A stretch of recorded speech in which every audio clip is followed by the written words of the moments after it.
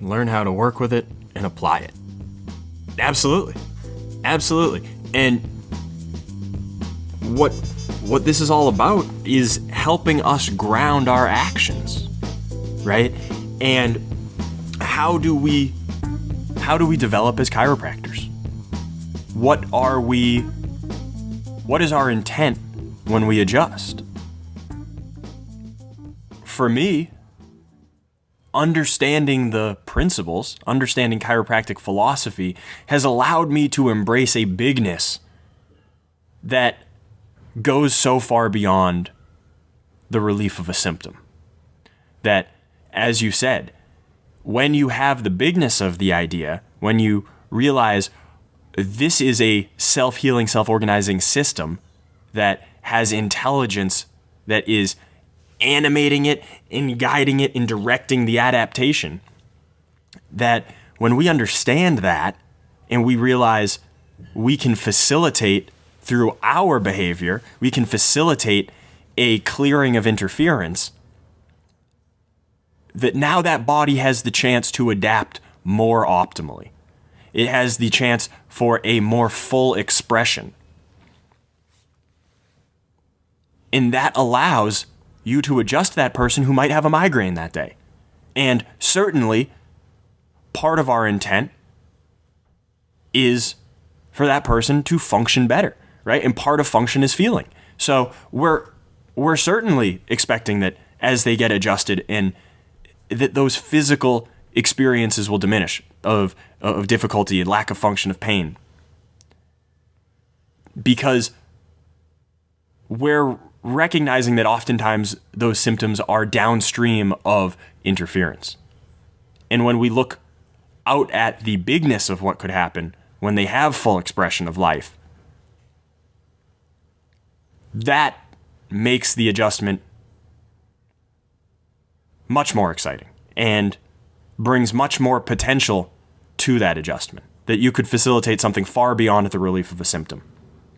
That you could facilitate within them an awakening of the fullness of their expression. And as a chiropractic student, and I'll be honest with you, who has struggled and still struggles to deliver adjustments that I think are as clean and deep and as powerful as some of the masters that I've trained with and watched the doctors provide. As a person who struggles with that, who says, I want to be able to deliver a profound adjustment to people. The philosophy, in conjunction with my artistry, gives me the ability to continue to train, because it tells me that I don't have to necessarily provide the most perfect artful adjustment possible to make that deep, profound change in the person that I'm adjusting. It gives me the confidence, and I believe it was Sid Williams who said, it is the philosophy that gives us authority. And so the philosophy gives us authority as students or doctors, whoever's listening right now. It gives us the authority to adjust that person, even if we don't know the perfect adjustment to give. We don't necessarily have the full internal confidence that we are giving the perfect adjustment. The philosophy gives us an authority that the process of being connected with that person and providing an adjustment that is facilitating healing within. It's not us giving them a healing experience. It's not us giving them the ingredients to heal. It's us facilitating within them that stirring of their innate intelligence that is going to guide their adaptation and healing and expression when they're free of interference. And it frees us from the responsibility of, I need to make this the perfect adjustment.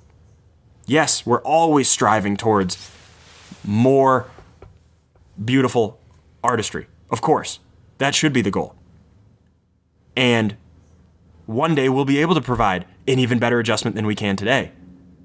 However, we don't have to say that what we have right now is inadequate, because the philosophy gives us the power to say, even a first quarter student who is grounded down, centered, and focused on the intent of the major principle. They can deliver a life-changing adjustment to that person, even if it's not as artful as it could have been. And that philosophy empowers us and for me, has given me the confidence to keep going through the training and the adjusting, even when I feel like, oh my gosh, there's still so much more of this mountain for me to climb. What do you make of that, Zach? Does any of that ring true for you? All of it, brother. Yeah, it's an infinite deepening, and that's the beautiful part about it, is we're dealing with intelligence. Intelligence gives direction to energy and organization to matter. And the body is very adaptive. And if we have focused intent and we deliver a force application congruent with that focused intent, the body is going to use it constructively. You just need some basic awarenesses. Now, I'm saying people need to go through the education. Mm-hmm. They need to get the educated mind right. They need to go through the processes, that's why we have such a long school period. But to shed a lot of that anxiety and a lot of that fear, you're dealing with a very intelligent system that can turn some seemingly net negative things into very net positive stuff.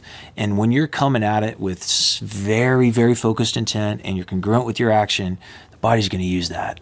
So even in the learning processes, we're giving a lot of quality care to people. Mm-hmm. And the cool thing is it never ends. The deepening continues and continues. We'll be 70 years into practice, still deepening in our art, right? By applying the principles. And it's the principles that, really ground us.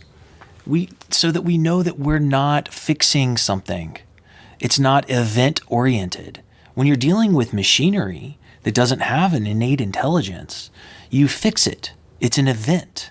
But when you're dealing with something that is complex with an innate intelligence for growth, survival, self-organization, adaptation, you're enticing it. You're initiating a process. And that's really cool. And it gives you passion. And it helps you stay on purpose. And when you have passion and you're on purpose, you're landed in the present moment. And when you have passion and purpose and you're in the present moment and you deliver an adjustment, it's that much more powerful. That's the bigness of the principles. Yummy. I like that, Zach. And I think this is a great place to end it. Is there anything else you wanted to share? No, I think we covered this being the premiere episode, and thank you for having me. I know there's going to be a delicious rotation of brilliant minds from Delta Sigma Chi coming through this podcast. I look forward to hearing them all, and I can't wait to be back on. This was very enriching. Thank you so much. Really appreciate it. Zach, it's been an absolute pleasure to have you on the inaugural episode. Thank you very much. And for all of you listening at home, thank you for walking this path with us. Again, I see this as us providing a pathway to the philosophy, and I see this as a co-creation, not just with Zach and I, not just with the other folks who will be on the mic, but with you. We are all walking this path together, and it's with true humility and appreciation for all of those who are listening right now that I hope to continue to do this exploration with you and alongside you. So thank you for walking the path with us, and we'll be back soon. We love you. We appreciate you. Out.